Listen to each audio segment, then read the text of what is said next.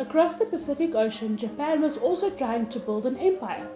Around the time of World War I, Japan's empire building got mixed up with China's ex-emperor. When the young Qing Emperor Henry Pui left the Forbidden Palace, he went first to Japan.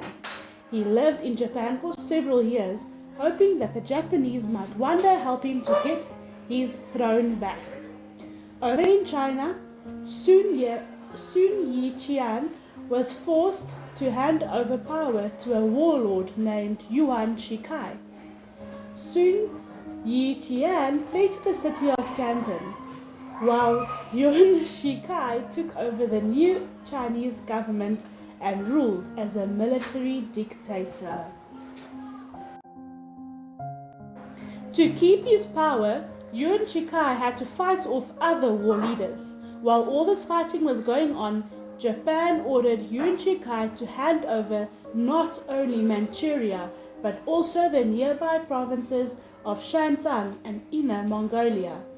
Yuan had no choice. He couldn't resist Japan and fight against other warlords to keep his power in China.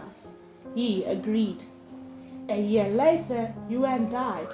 Now competing warlords and their bands of soldiers battled to rule the parts of China that hadn't been given over to the Japanese. Su Yishan, still in Canton, hadn't abandoned the hope of a united, peaceful China. He had organized a group of followers into a political party called the Nationalist Party, or the Kuomintang. The members of the National Party hoped to get rid of the warlords and unite China again into a republic. Sun Yat-sen and other Chinese revolutionary Chiang Kai-shek asked Russia to help so that the Nationalist Party could fight against the warlords.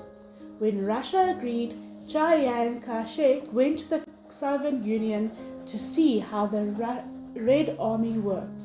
With the help of the Soviet advisors and Soviet weapons, the Nationalist Party started its own military academy to train its own soldiers.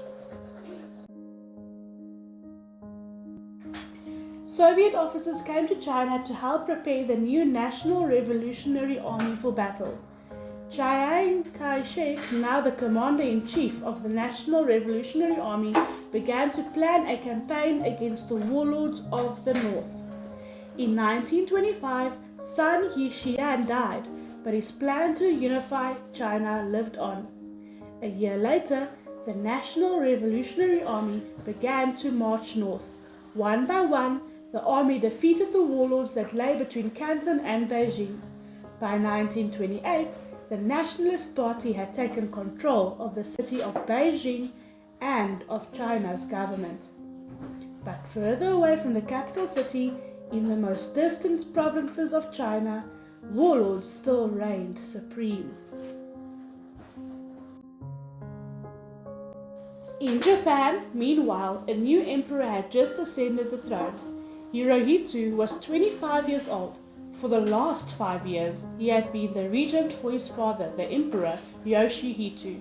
Yoshihito had grown so old that he had begun to lose his wits.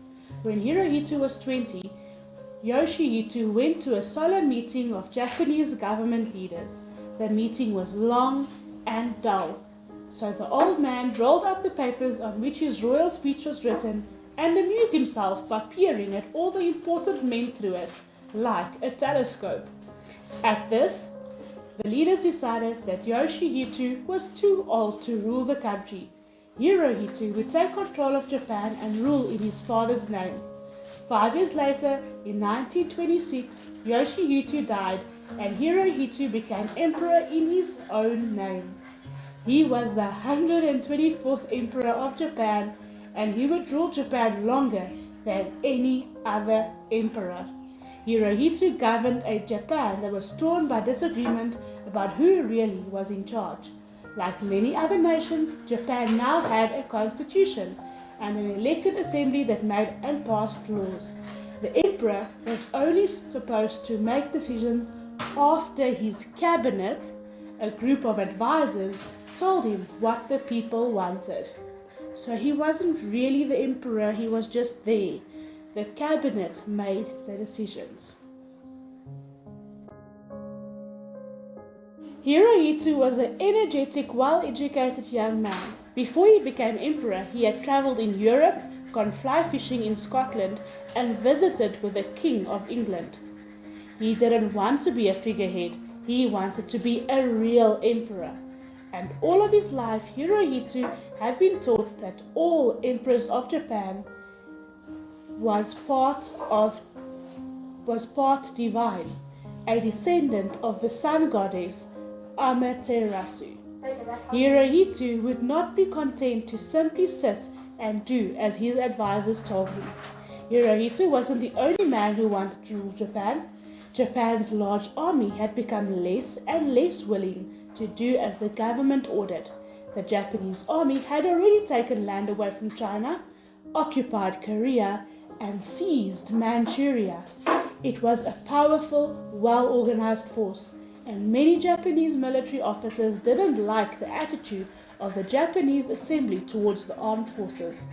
After the war with Russia, the assembly had reduced the size of the army. The officers resented this. Some wanted Japan's constitution thrown out so that Japan could be led by military officers who would expand the Japanese empire all across Asia. In 1931, 5 years after Hirohito ascended the throne, the Japanese soldiers posted in Manchuria took matters into their own hands. These soldiers were alarmed when the Nationalist Party took control of Beijing. If China grew strong and unified again, it might manage to reclaim Manchuria. So the soldiers in Manchuria accused Chinese soldiers of trying to bomb a train with Japanese soldiers on it. Was there really an explosion near the train?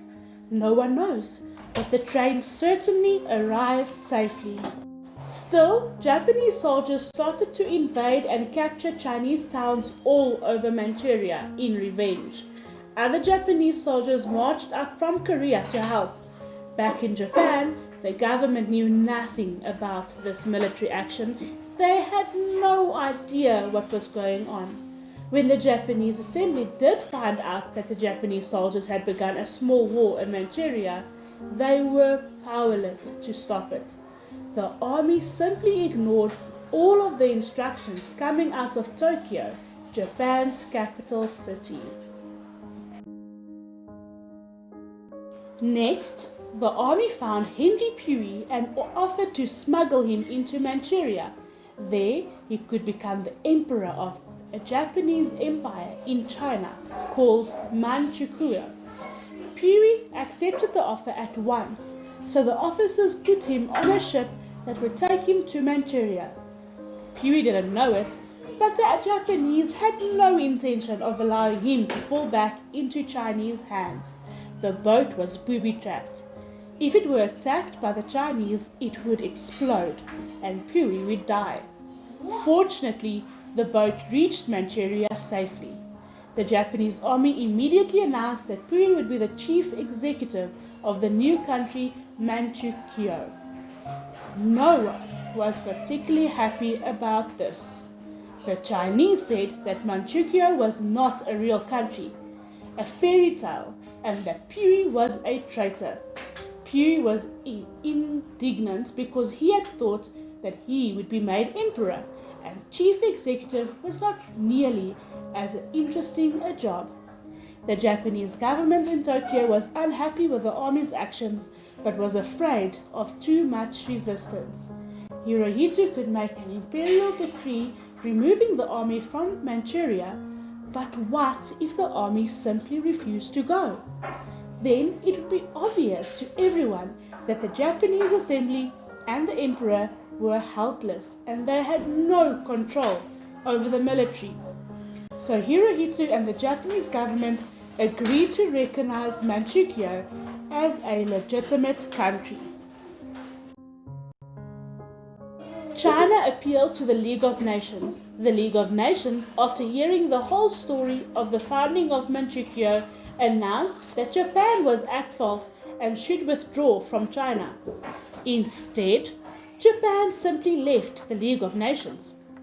But both Italy and Germany, neither of which was very fond of the League of Nations, agreed to recognize the new country of Manchukuo as a real nation. The Japanese army, to keep Yuri happy, agreed to give him the title of emperor. They gave him money, a palace, but no power.